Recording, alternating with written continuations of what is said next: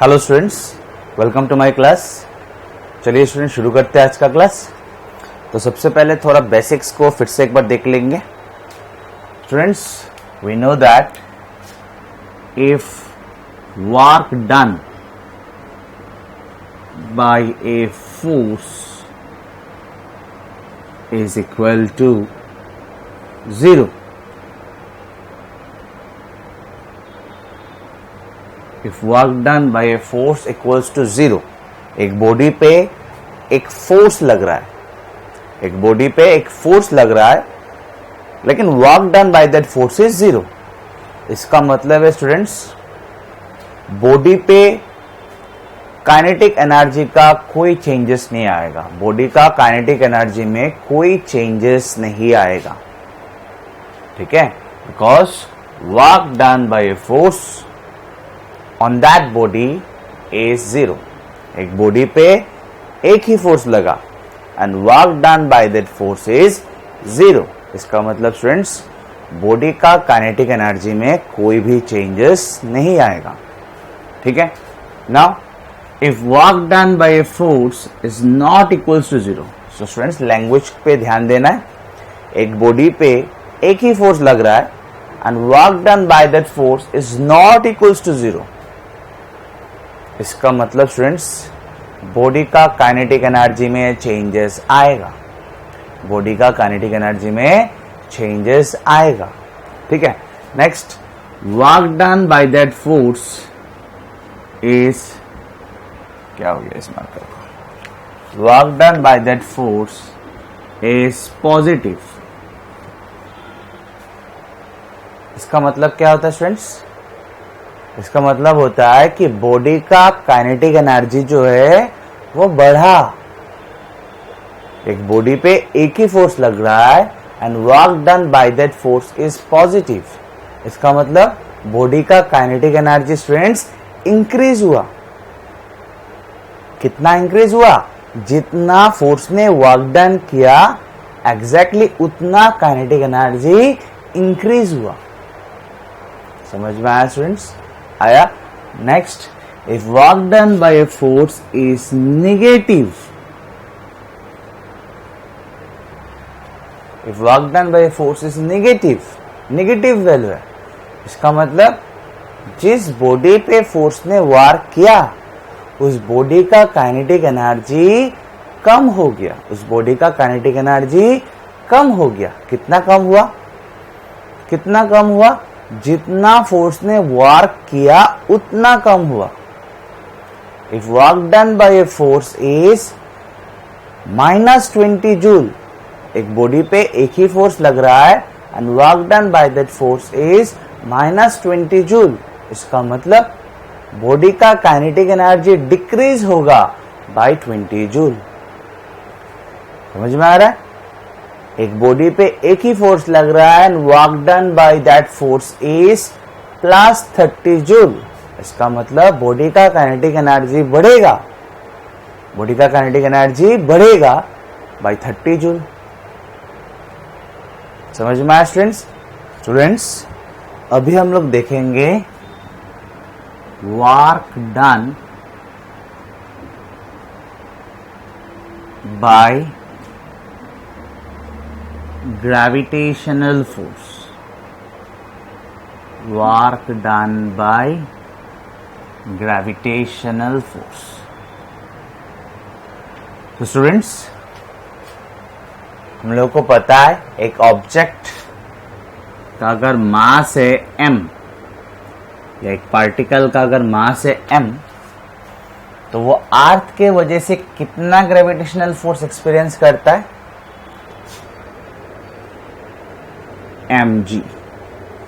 अर्थ के वजह से वो कितना ग्रेविटेशनल फोर्स एक्सपीरियंस करता है? mg, जिसको हम लोग ग्रेविटी बोल सकते हैं या इस बॉडी का वेट भी बोल सकते हैं, ठीक है। Clear students? ये सब हम लोग को पता है ना? Yes. Now consider a particle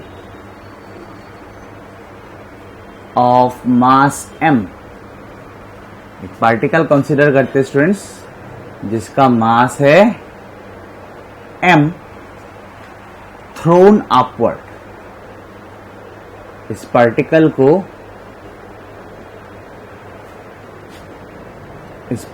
को अपवर्ड थ्रो किया गया।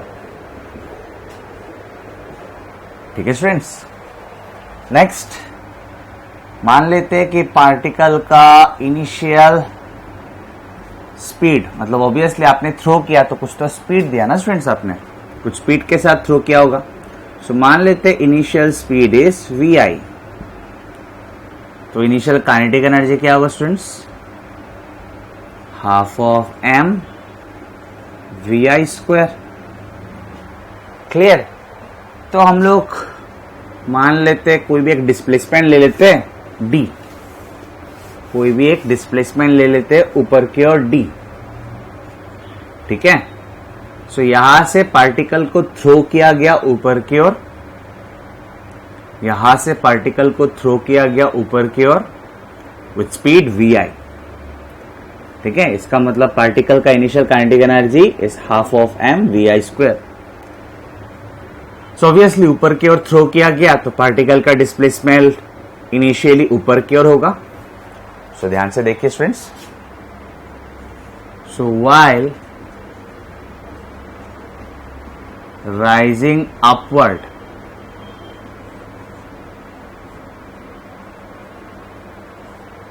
while rising upward for any displacement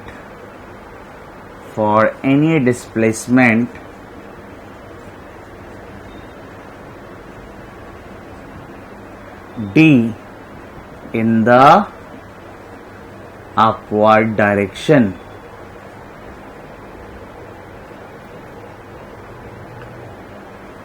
work done by gravitational force क्या होगा स्टूडेंट्स, मैं ऐसे लिख देता हूं, work done by gravitational force क्या होगा ना स्टूडेंट्स।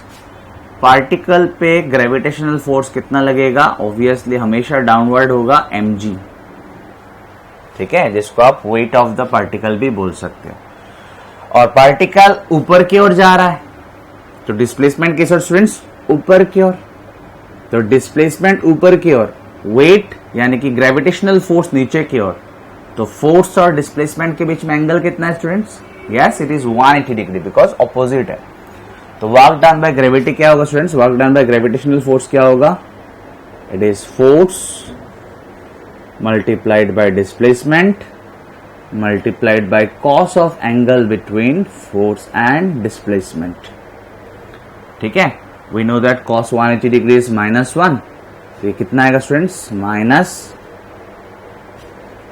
mgd। तो स्टूडेंट्स आप क्लियरली देख सकते हो कि जब पार्टिकल ऊपर की ओर जा रहा है, while rising upward, work done by gravitational force is negative। जब पार्टिकल ऊपर की ओर जा रहा है, आपने उस पार्टिकल को ऊपर की ओर थ्रो किया, जब पार्टिकल ऊपर की ओर जा रहा है, work done by gravitational force is negative। इसका मतलब क्या हुआ स्टूडेंट्स, सो नेगेटिव साइन ये समझा रहा है कि पार्टिकल का काइनेटिक एनर्जी, या आप बोल सकते हो पार्टिकल का स्पीड, बिकॉज काइनेटिक एनर्जी तो स्पीड पे डिपेंड करता है ना, पता है ना स्टूडेंट्स हम लोग को ये सब चीज। तो पार्टिकल का काइनेटिक एनर्जी कमेगा या बढ़ेगा, ऑब्वियसली कमेगा, बिकॉज वर्क डन कैसा आया, नेगेटिव। और ये तो स्टूडेंट्स हम लोग को पता है, यही चीज हम लोग को दिखता है डेली। कोई भी चीज को ऊपर की ओर थ्रो करते हैं तो उसका स्पीड बढ़ता रहता है या कमता रहता है, ऑब्वियसली जैसे जैसे वो ऊपर की ओर जा रहा होता है उसका स्पीड कम होता रहता है, और स्पीड कम होता रहता है मतलब काइनेटिक एनर्जी कम हो रहा है। और ये तो यहां से देख के समझ में आ रहा है, क्योंकि work done by the gravitational force क्या है स्टूडेंट्स, नेगेटिव। नेगेटिव वैल्यू ये समझा रहा है कि उसका काइनेटिक एनर्जी कम हो रहा है, उसका काइनेटिक एनर्जी, पार्टिकल का काइनेटिक एनर्जी कम हो रहा है जैसे जैसे वो ऊपर की ओर जा रहा है, या पार्टिकल का स्पीड कम हो रहा है जैसे जैसे वो ऊपर की ओर जा रहा है। Clear students, clear clear. Next ध्यान दीजिए, number 2,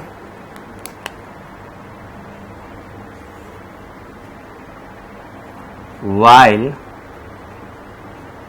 falling back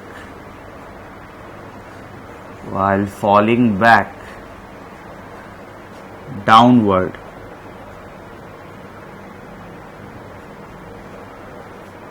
for any displacement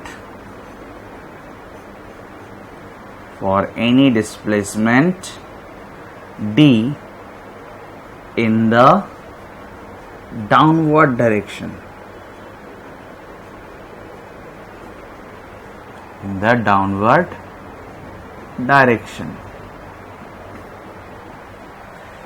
तो स्टूडेंट्स ऑब्वियसली हम लोग को पता है कि पार्टिकल एक बार टॉप पे पहुंच जाता है, मैक्सिमम हाइट पे पहुंच जाता है, उसके बाद पार्टिकल फिर से नीचे आएगा। तो पार्टिकल अगर नीचे आ रहा है स्टूडेंट्स, पार्टिकल अगर नीचे आ रहा है तो उसका डिस्प्लेसमेंट किस ओर है? नीचे।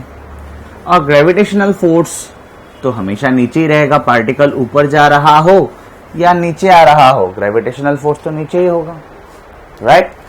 तो अभी हम लोग वो सिचुएशन के बारे में बात कर रहे हैं जब पार्टिकल नीचे की ओर आ रहा है, ऊपर जाके मैक्सिमम हाइट पे पहुंच के भी नीचे की ओर आ रहा है, और नीचे की ओर हम लोगों ने कोई भी एक डिस्प्लेसमेंट लिया d, ठीक है। सो पार्टिकल पे ग्रेविटेशनल फोर्स लग रहा है mg, और इस बार डिस्प्लेसमेंट किस ओर है?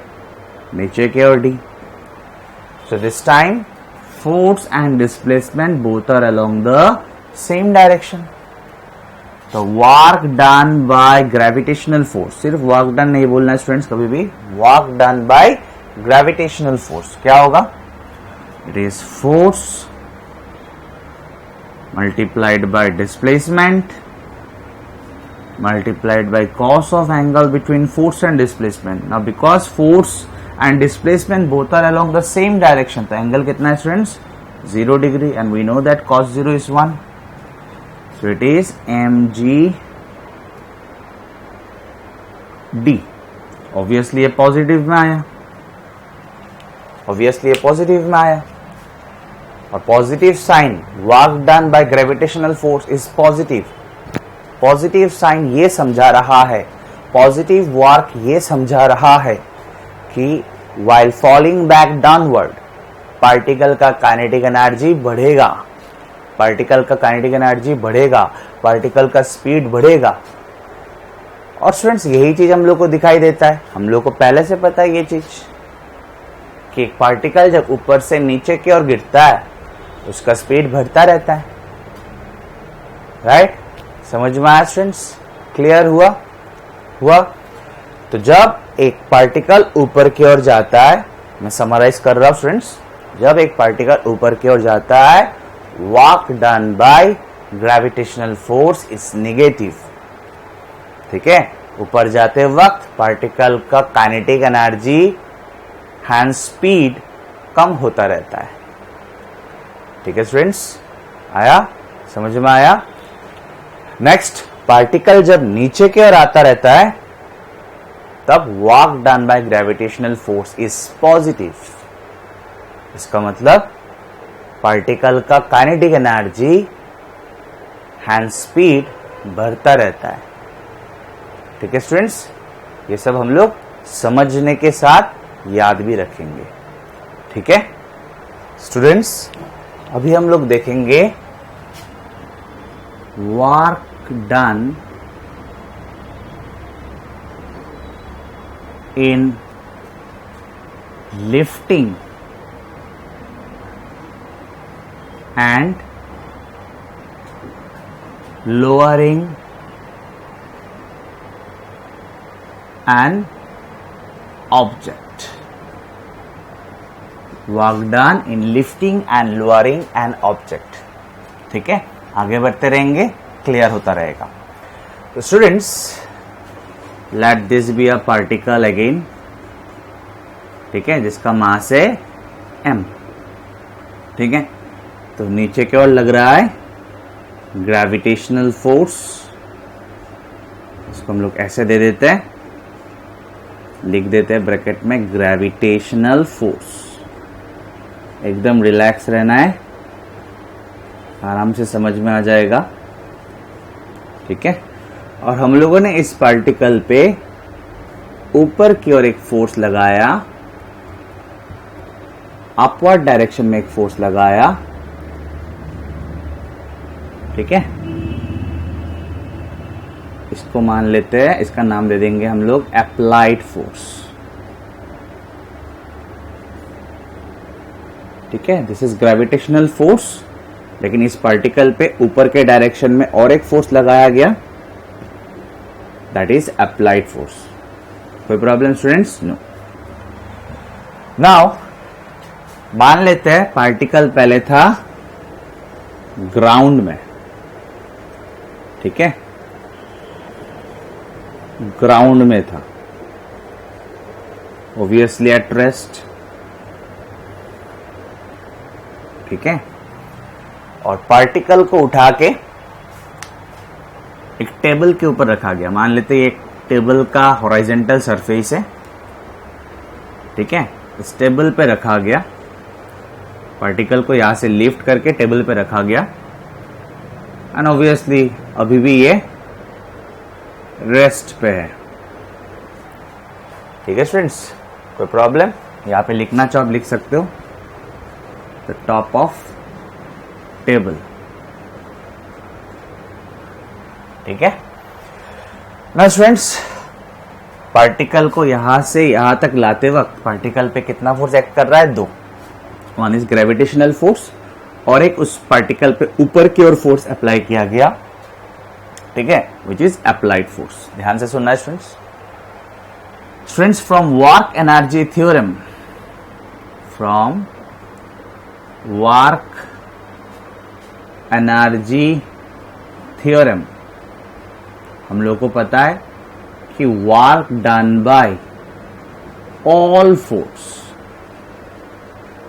total work done by all the forces is equals to change in kinetic energy, right? तो यहां पे स्टूडेंट्स कितना फोर्स है? यहां पे स्टूडेंट्स कितना फोर्स है? One is gravitational force, another is applied force, ठीक है।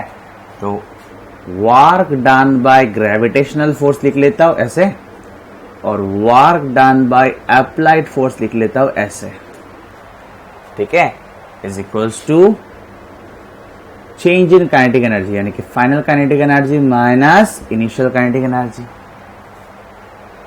ठीक है। नाउ स्टूडेंट्स, अगर ये केस हम लोग लेते हैं जहां पे पार्टिकल इनिशियली रेस्ट पे था और फाइनली भी रेस्ट पे है, पार्टिकल इनिशियली स्टेशनरी था और फाइनली भी स्टेशनरी है, तो स्टूडेंट्स यहां पे काइनेटिक एनर्जी क्या होगा? Zero, because speed is zero. और यहां पे काइनेटिक एनर्जी क्या होगा? Zero, because speed is zero.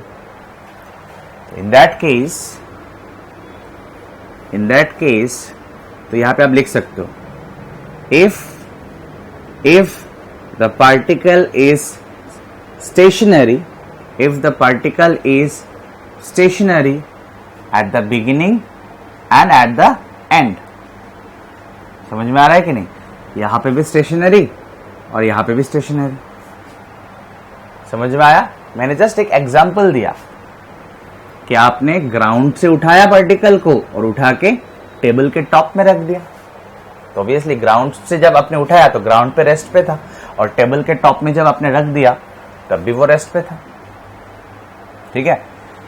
So students, final kinetic energy is zero, initial kinetic energy is zero. So work done by gravity plus work done by applied force equals to zero.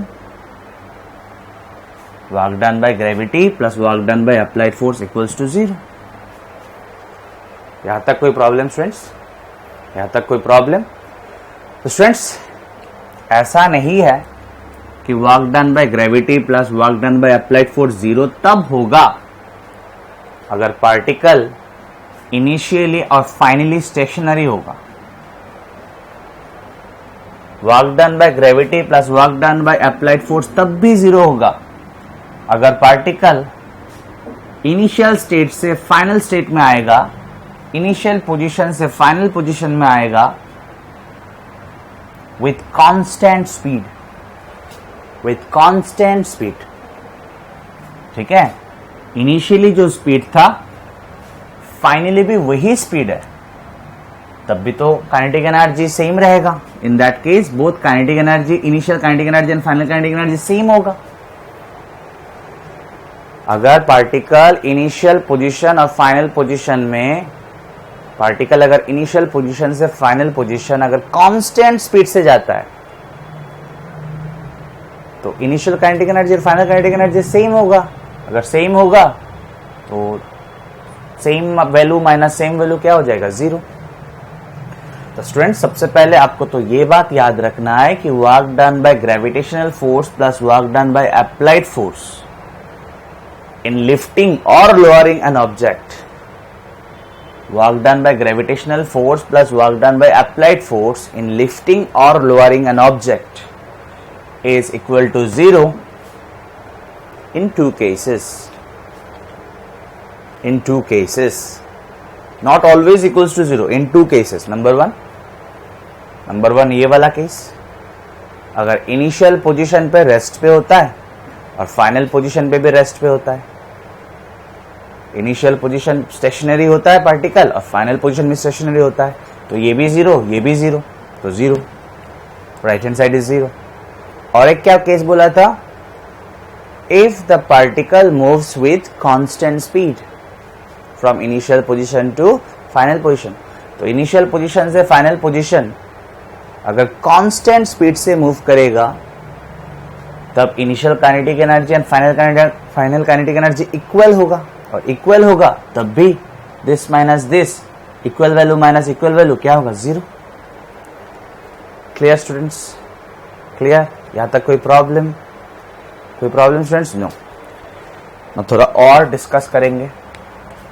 यहां से students हम लोग लिख सकते हैं work done by gravitational force is equals to, या work done by applied force लिख लेते हैं. Work done by applied force is equals to negative of work done by gravitational force. इसको आप याद रखिएगा स्टूडेंट्स कि work done by applied force is equal to negative of work done by gravitational force तब होता है while lifting an object or lowering an object. Please concentrate. While lifting an object or lowering an object, work done by applied force is equals to negative of work done by gravitational force तब होता है if the particle moves from initial position to final position with constant speed. If the particle moves from initial position to final position with constant speed, or if the particle is stationary both at initial position and final position. Clear students? Clear? यहां तक clear होना चाहिए. Now थोड़ा और discuss करेंगे. While lifting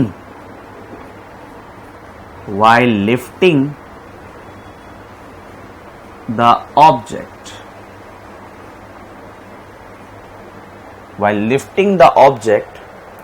students थोड़ी देर पहले ही देखा कि अगर ऑब्जेक्ट को लिफ्ट किया जा रहा है, ऊपर की ओर लेके, मतलब अगर ऑब्जेक्ट ऊपर की ओर मूव कर रहा है, अगर ऑब्जेक्ट का डिस्प्लेसमेंट ऊपर की ओर है, लिफ्टिंग द ऑब्जेक्ट मतलब क्या? ऑब्जेक्ट का डिस्प्लेसमेंट ऊपर की ओर है. ठीक है, इन दैट केस स्टूडेंट्स हम लोगों ने थोड़ी देर पहले ही देखा हुआ है कि work done by gravitational force क्या होता है? नेगेटिव. इसका मतलब gravitational force decreases kinetic energy. समझ में आया?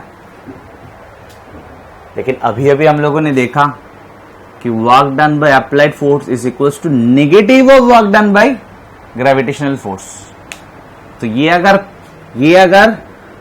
नेगेटिव है तो work done by applied force क्या होगा? Negative of negative positive. तो work done by applied force होगा पॉजिटिव, यानी कि increases kinetic energy.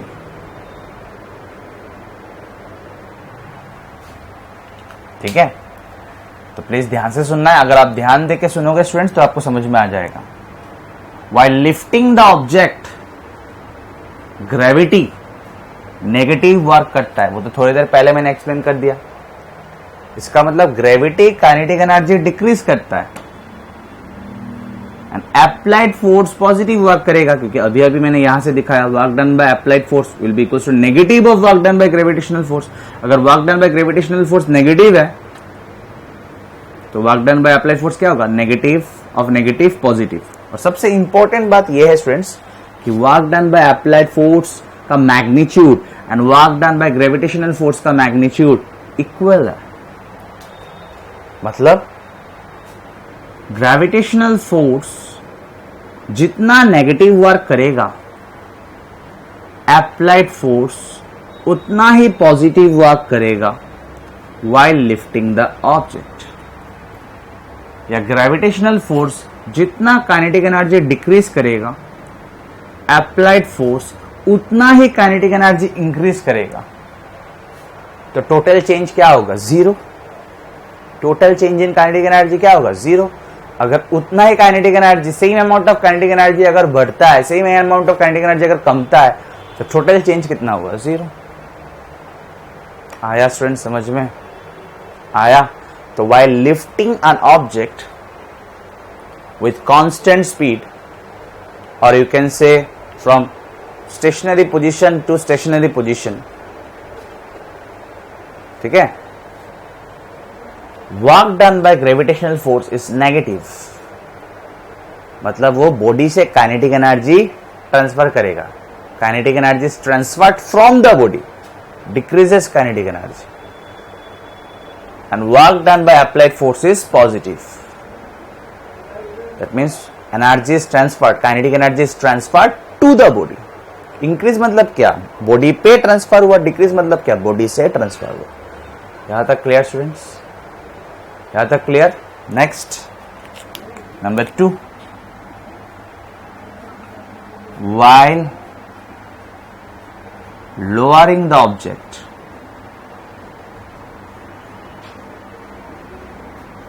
while lowering the object, तो स्टूडेंट्स थोड़ी देर पहले हम लोगों ने देखा, अगर बॉडी नीचे की ओर जा रहा है, अगर डिस्प्लेसमेंट नीचे की ओर है, अगर डिस्प्लेसमेंट नीचे की ओर है, then work done by gravitational force क्या होता है, पॉजिटिव। और ये अगर पॉजिटिव है तो work done by applied force क्या होगा, negative of positive value, it is negative.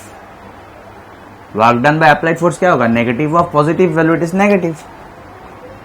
So work done by applied force will be equally negative. Equal sign तो दिख रहा है स्टूडेंट्स। इसका मतलब इस बार जब बॉडी को नीचे लेके जा रहा है विथ कांस्टेंट स्पीड, बार बार बोल रहा स्टूडेंट्स, ये कॉन्सेप्ट तब आप यूज कर सकते हो अगर पार्टिकल मूव कर रहा है विथ कांस्टेंट स्पीड, या पार्टिकल मूव किया from stationary position to stationary position. ठीक है, मतलब इनिशियली वो उसका काइनेटिक एनर्जी जीरो था और फाइनली भी काइनेटिक एनर्जी उसका जीरो है, या वो मूव कर रहा है विथ कांस्टेंट काइनेटिक एनर्जी। ठीक है, समझ में आया स्टूडेंट्स? आया? कोई प्रॉब्लम नहीं होना चाहिए। तो students while lowering the object, आपको दिख रहा है कि work done by gravitational force is positive. मतलब यहां पे काइनेटिक एनर्जी बढ़ता है, kinetic energy increases, and work done by applied force is negative. मतलब काइनेटिक एनर्जी डिक्रीजेस। समझ में आया? ऑब्जेक्ट को जब नीचे लेके जा रहे थे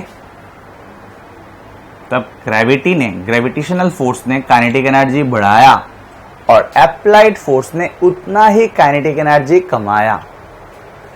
ठीक है, अगर काइनेटिक एनर्जी बढ़ता है तो हम लोग कहते हैं बॉडी को एनर्जी दिया गया, पार्टिकल को एनर्जी दिया गया, energy is transferred to the particle. और अगर काइनेटिक एनर्जी कमता है then energy is transferred from the particle. समझ में आया स्टूडेंट्स? यहां तक समझ में आया? तो स्टूडेंट्स आप इस चीज को अच्छी तरह से याद रखिए।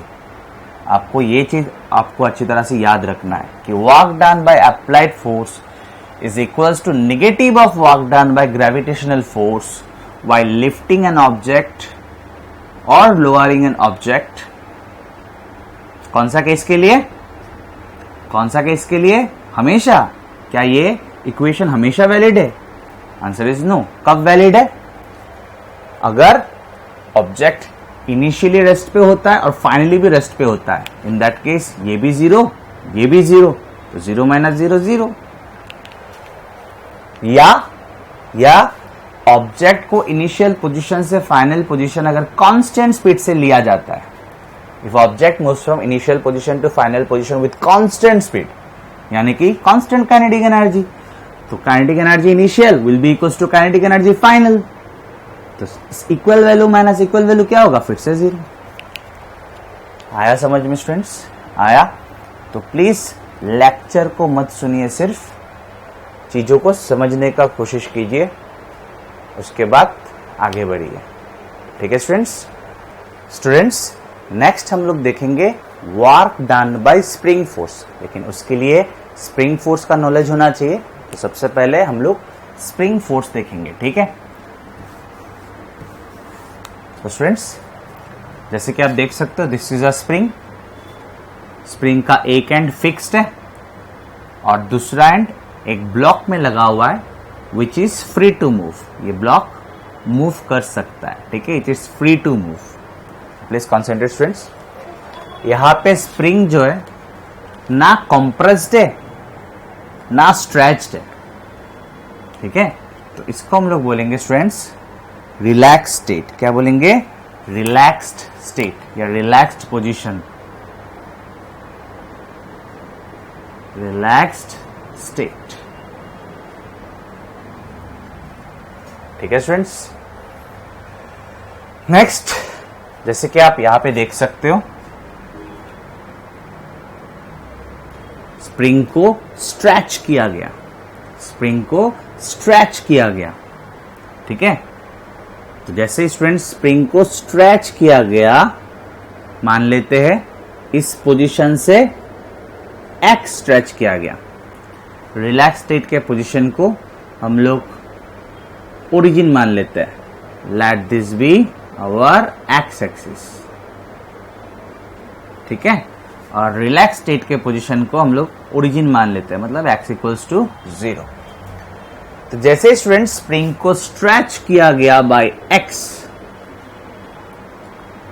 इस ब्लॉक पे एक फोर्स आ जाएगा, एक पुलिंग फोर्स आ जाएगा, जिसको हम लोग कहते हैं स्प्रिंग फोर्स. ठीक है. इस ब्लॉक पे एक पुलिंग फोर्स आ जाएगा, जिसको हम लोग कहते हैं स्प्रिंग फोर्स. और स्प्रिंग फोर्स हमेशा चाहता है कि ब्लॉक को या बॉडी को अपने रिलैक्स स्टेट में रिस्टोर करे. स्प्रिंग फोर्स हमेशा चाहता है कि बॉडी को या ब्लॉक को अपने रिलैक्स स्टेट में रिस्टोर करे. इसलिए स्प्रिंग फोर्स को स्टूडेंट्स रिस्टोरिंग फोर्स भी कहा जाता है. रिस्टोरिंग फोर्स भी कहा जाता है. कोई प्रॉब्लम? और आपको एक चीज और मतलब यहां से नोटिस करना है आपको कि spring force and displacement of the body from the relax state, they are in opposite direction. Displace हुआ इस ओर और स्प्रिंग फोर्स है इस ओर. ठीक है स्टूडेंट्स. ठीक है. यहां पे देखते हैं. तो यहां पे क्या हुआ? स्प्रिंग कॉम्प्रेस हुआ. यहां पे क्या हुआ स्टूडेंट्स? स्ट्रेच्ड.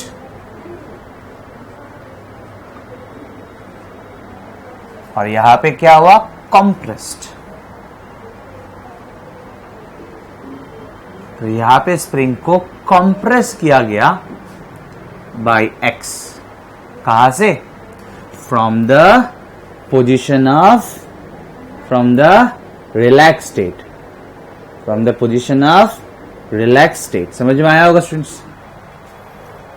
तो यहां पे इस ब्लॉक पे एक पुशिंग फोर्स आया, यहां पे पुलिंग, यहां पे पुशिंग. समझ में आ रहा है? सेम यहां पे भी स्प्रिंग फोर्स ये चाह रहा है कि ब्लॉक को फिर से उसके रिलैक्स स्टेट में रिस्टोर करे, जिसके लिए स्टूडेंट स्प्रिंग फोर्स को क्या कहा जाता है? Restoring force. और आप यहां पे देख सकते हो और यहां पे भी देख सकते हो कि स्प्रिंग फोर्स जो है डिस्प्लेसमेंट के ऑपोजिट है। स्प्रिंग फोर्स जो है वो डिस्प्लेसमेंट के ऑपोजिट है। ठीक है स्टूडेंट्स। सो स्टूडेंट्स, हुक नाम का एक साइंटिस्ट, रॉबर्ट हुक, उन्होंने एक्सपेरिमेंट से पता किया कि spring force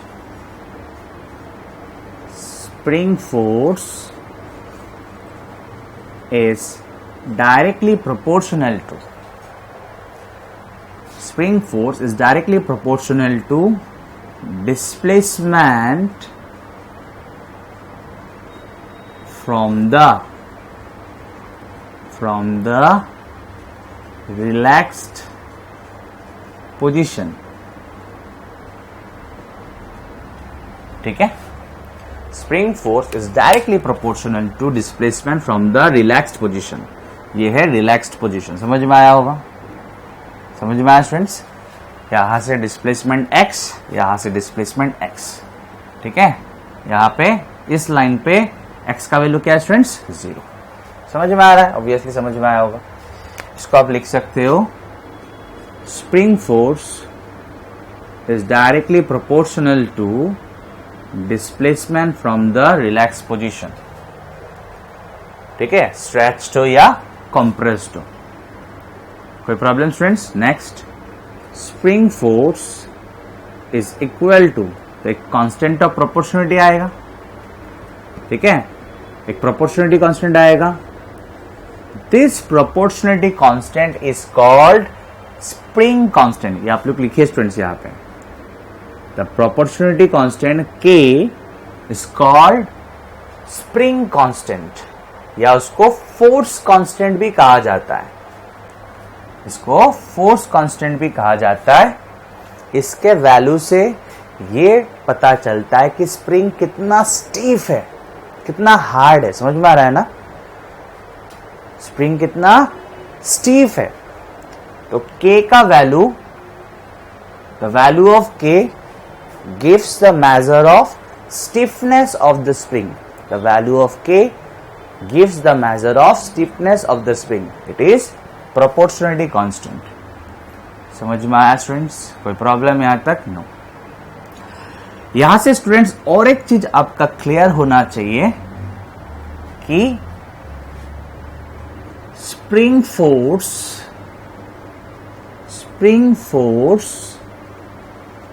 is a variable force or constant force? It is a variable force. Clear नहीं हुआ स्टूडेंट्स? क्लियर हो जाएगा। Spring force is directly proportional to displacement from the relax position. तो डिस्प्लेसमेंट कम, स्प्रिंग फोर्स कम। Displacement ज्यादा, spring force ज्यादा। Displacement और थोड़ा ज्यादा, स्प्रिंग फोर्स और थोड़ा ज्यादा। समझ में आ रहा है कि नहीं स्टूडेंट्स? ब्लॉक यहां पे होगा, यहां पे होगा, यहां पे होगा, यहां पे होगा, यहां पे होगा, यहां पे होगा। अलग अलग पोजीशन ऑफ ब्लॉक का अलग अलग वैल्यू ऑफ एक्स है, और एक्स अगर अलग होगा तो स्प्रिंग फोर्स भी अलग होगा। क्लियरली दिख रहा है? तो स्टूडेंट्स, आपको ये बात याद रखना है कि spring force is a variable force. अलग अलग पोजीशन में स्प्रिंग फोर्स अलग अलग होगा। ठीक है स्टूडेंट्स। नेक्स्ट, इसको वेक्टर फॉर्म में लिखते हैं। So in vector form students, आप क्लियरली देख सकते हो, मैंने भी बोला कि displacement and spring force are in opposite direction. Displacement and spring force are in opposite direction. तो आप वेक्टर फॉर्म में अगर लिखोगे तो एक नेगेटिव साइन आएगा। ये नेगेटिव साइन ये इंडिकेट कर रहा है कि spring force and displacement are in opposite direction. Spring force and displacement are in opposite direction. Students, आपके दिमाग में ये भी आ सकता है कि आपने सर स्प्रिंग फोर्स को एफ एक्स क्यों लिखा? ये बेसिकली, इसको अगर मैं लैंग्वेज में बोलूं, this is spring force when its displacement, spring force when its displacement from the relaxed position, when its displacement from the relaxed position is x. Spring force when the displacement from the relaxed position is x. ठीक है, समझ में आया students? आया? इसको हम लोगों ने Fx लिया, कोई प्रॉब्लम नहीं है, आप ऐसे भी लिख सकते हो स्प्रिंग फोर्स। ठीक है, क्या स्टूडेंट्स यहां तक समझ में आया? आया? अभी हम लोग इस K के बारे में थोड़ा और बात करते हैं। ठीक है, तो स्टूडेंट्स K क्या होगा? K क्या होगा? यहां से अगर आप देखोगे तो it is spring force by displacement. Spring force by displacement. ठीक है, इसका यूनिट क्या होगा students? Force by displacement. Force by displacement, तो यूनिट क्या होगा? What is SI unit of spring constant और force constant? It is newton per metre. SI unit of force is newton, SI unit of displacement is metre, so newton per metre. समझ में आया students? Next please ध्यान दीजिए, अगर आप पूछोगे sir please define force constant, तो मुझे बोलना पड़ेगा, ध्यान से सुनना स्टूडेंट्स, अगर x डिस्प्लेसमेंट पे स्प्रिंग फोर्स आता है F, जूनियर क्लास में हम लोग ऐसे देखते हैं ना, x डिस्प्लेसमेंट में अगर स्प्रिंग फोर्स आता है F, तो यूनिट डिस्प्लेसमेंट में कितना स्प्रिंग फोर्स होगा? F by x. ठीक है, यूनिट डिस्प्लेसमेंट में स्प्रिंग फोर्स कितना होगा? F by x. तो आप इसको ऐसे लिख सकते हो, it is spring force per unit displacement. ठीक है, spring force per unit displacement. What is force constant और spring constant? It is spring force per unit displacement. समझ में आया स्टूडेंट्स? आया? तो अगर फोर्स कांस्टेंट ज्यादा है, प्लीज ध्यान देना पड़ेगा, अगर फोर्स कांस्टेंट ज्यादा है, स्प्रिंग कांस्टेंट अगर ज्यादा है, इसका मतलब spring force per unit displacement ज्यादा है। थोड़ा फिल करने का कोशिश करना पड़ेगा, थोड़ा आपको कंसंट्रेट करना पड़ेगा। अगर ये किसका डेफिनेशन है? This is definition of spring constant. अगर स्प्रिंग कांस्टेंट ज्यादा है, इसका मतलब क्या है? Spring force per unit displacement ज्यादा है। Spring force per unit displacement ज्यादा है, इसका मतलब इसको स्ट्रेच करवाना या कंप्रेस करवाना ज्यादा डिफिकल्ट होगा। इसका मतलब स्प्रिंग काफी ज्यादा स्टीफ है, स्प्रिंग काफी ज्यादा स्टीफ है। समझ में आया स्टूडेंट्स? आई रिपीट, अगर मैं कहता हूं कि स्प्रिंग कांस्टेंट ज्यादा है, इसका मतलब एक स्प्रिंग का अगर मैं कहता हूं कि स्प्रिंग कांस्टेंट ज्यादा है, ठीक है, किसी एक स्प्रिंग का अगर मैं कहता हूं कि स्प्रिंग कांस्टेंट ज्यादा है, इसका मतलब spring force per unit displacement ज्यादा है। For unit displacement spring force ज्यादा है, इसका मतलब उसको कंप्रेस करना या स्ट्रेच करना ज्यादा डिफिकल्ट है, ज्यादा फोर्स लगाना पड़ेगा। इसका मतलब spring is very much stiff, spring का स्टिफनेस ज्यादा है। स्प्रिंग कांस्टेंट अगर ज्यादा, मतलब स्प्रिंग का स्टिफनेस ज्यादा है, स्प्रिंग को कंप्रेस करवाना या स्ट्रेच करवाने में ज्यादा फोर्स लगाना पड़ता है। आया स्टूडेंट्स समझ में? आया स्टूडेंट्स? मैं यहाँ पे एक छोटा सा पॉइंट ऐड करूंगा, छोटा सा बात ऐड करूंगा, क्योंकि रॉबर्ट हुक नाम का एक फिजिसिस्ट ने इस चीज को एक्सप्लेन किया, इसलिए इसको हुक्स लॉ भी कहा जाता है। क्या कहा जाता है स्टूडेंट्स? Hooke's law. ठीक है, ठीक है स्टूडेंट्स, अभी हम लोग देखेंगे work done by A spring force. ठीक है, तो स्टूडेंट्स मान लेते हैं कि ब्लॉक जो है, जो कि स्प्रिंग के साथ कनेक्टेड है, उसका डिस्प्लेसमेंट है x from the relaxed position. Relaxed position क्या है हम लोग को पता है स्टूडेंट्स, अभी अभी हम लोगों ने पढ़ा। रिलैक्स्ड पोजीशन से ब्लॉक का डिस्प्लेसमेंट है x। ठीक है, तो स्टूडेंट्स अभी स्प्रिंग फोर्स क्या होगा, अभी स्प्रिंग फोर्स क्या होगा,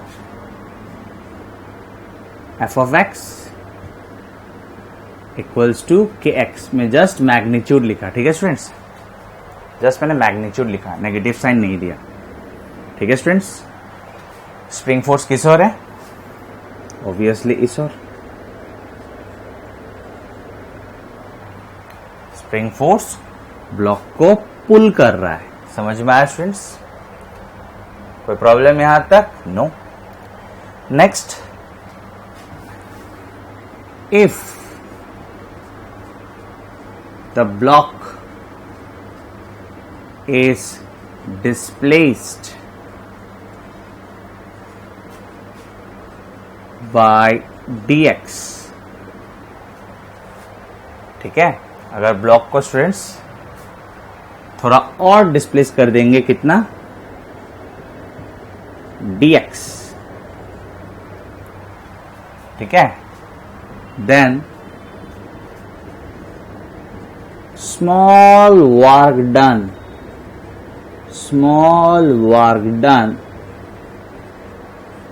by the spring force कितना होगा students, small work done by the spring force कितना होगा। स्मॉल वर्क डन क्यों लिखा, क्योंकि डिस्प्लेसमेंट बहुत कम लिया स्टूडेंट्स हम लोगों ने।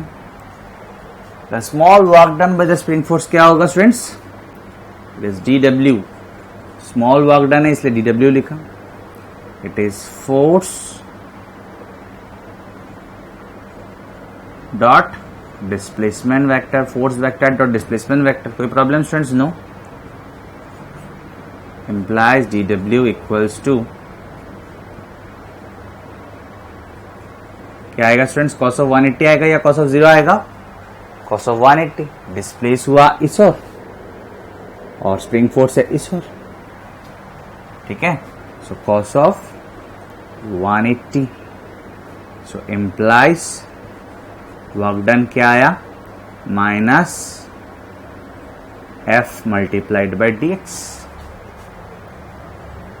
समझ में आया स्टूडेंट्स, आया? तो अगर dx डिस्प्लेस करवाने में इतना वर्क करना पड़ता है स्प्रिंग फोर्स को, अगर dx डिस्प्लेस करवाने में अगर स्प्रिंग फोर्स को वर्क करना पड़ता है इतना, तो मान लेते इनिशियल पोजीशन है xi और फाइनल पोजीशन है xf। मान लेते हैं इनिशियल पोजीशन है xi और फाइनल पोजीशन है xf। देखते हैं स्टूडेंट्स, तो यहां पे आपको लिखना है then the total work done by the spring force in displacing the block from initial position xi to final position xf is given by, क्या होगा स्टूडेंट्स, टोटल वर्क डन। ऐसे ही छोटा छोटा वर्क डन को ऐड करेंगे, यानी कि integrate करेंगे। स्टूडेंट्स मैंने work done by variable force पढ़ाया, तो आपका ये सब चीज क्लियर होना चाहिए। ठीक है, this is not a constant force, spring force is not a constant force, it is a variable force. तो इंटीग्रेट करके निकालते हैं, पता है ना स्टूडेंट्स हम लोग को, यस। तो इसकी जगह पे ये लिखते हैं, तो माइनस को बाहर, फोर्स डिस्प्लेसमेंट, ठीक है, initial position xi, final position xf। ये सब तो क्लियर होना चाहिए स्टूडेंट्स, हम लोग पहले पढ़ चुके हैं, work done by variable force, right. तो f के जगह पे आप लिखोगे kx, तो k बाहर आ जाएगा, इंटीग्रेशन ऑफ x dx।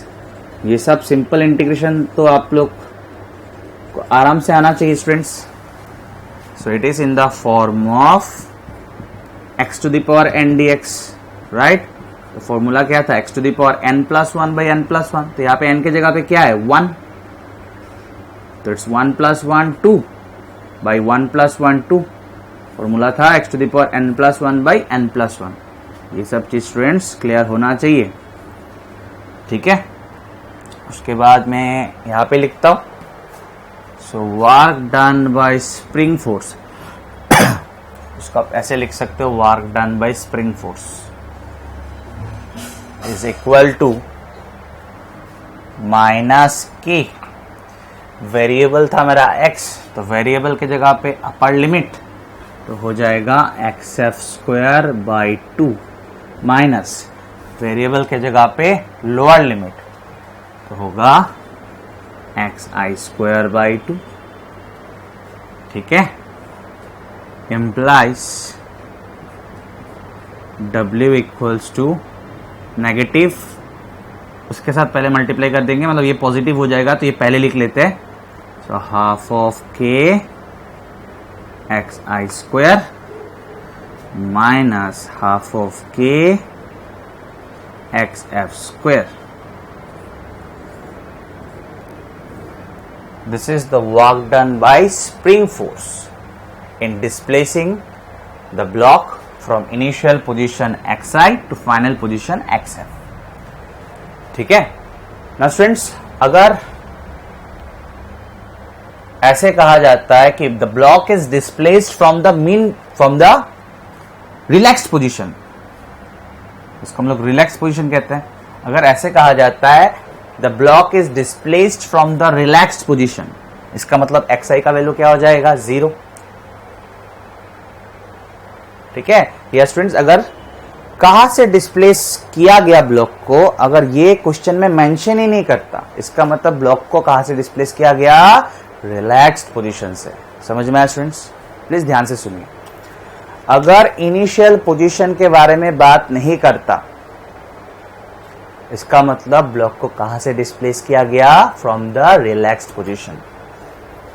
या अगर करता है तब तो अच्छा बात है, ठीक है। So students, if the block is displaced from the relaxed position, ये आप लिखिए, यहां पे लिखना है आपको, if the block is displaced from the relaxed position then xi equals to 0, तो और xf को हम लोग लिख लेंगे x, ऐसे ही xi नहीं है तो xf लिखने का मजा नहीं है, ठीक है ना, तो xf को ही, फाइनल पोजीशन को ही हम लोग लिख रहे हैं x।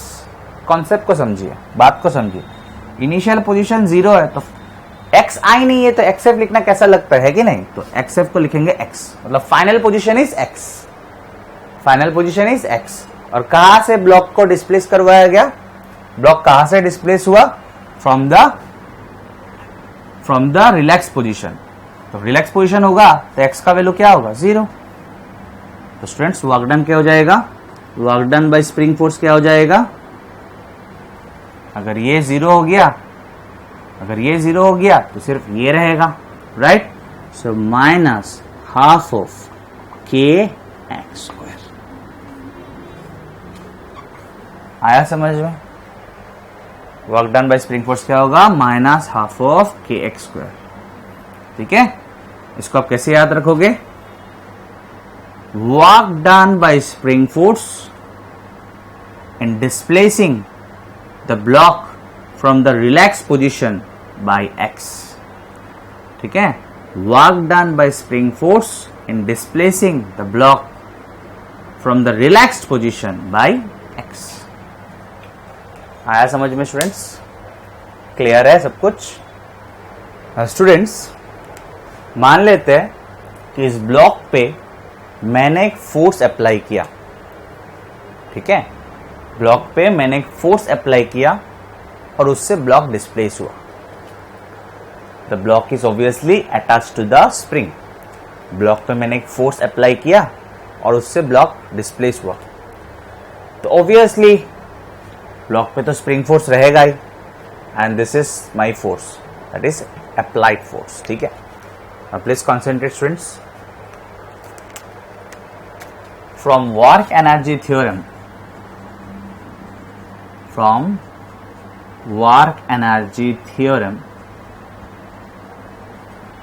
हम लोग लिख सकते हैं कि work done by spring force plus work done by applied force, that is total work done by all the forces is equals to change in kinetic energy. ठीक है. Now if the block is stationary, if the block which is attached to the spring is stationary before and after the displacement,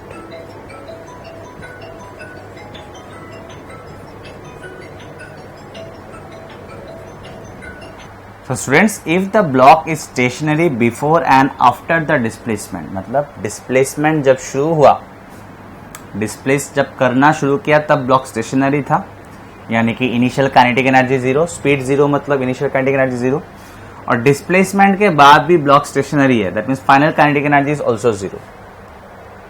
ठीक है, ये आप यहां पे लिख सकते हो, that is initial kinetic energy equals to final kinetic energy equals to zero. In that case students, work done by applied force equals to क्या होगा, negative of work done by spring force, negative of work done by spring force. तो students, आपको ये बात याद रखना है. ये चीज हम लोगों ने ग्रेविटेशनल फोर्स के केस में भी देखा था, है कि नहीं? ग्रेविटेशनल फोर्स के केस में भी मैंने दिखाया था. तो स्टूडेंट्स, आप लोगों को ये बात याद रखना है कि work done by applied force is equals to negative of work done by spring force if, हमेशा नहीं, if the block is stationary before and after the displacement. ठीक है, तो इस टॉपिक का हेडिंग आप ऐसे लिख सकते हो, work done by applied force in displacing a block attached to a spring. ये आप हेडिंग दे दीजिए. आया स्टूडेंट, समझ में आया?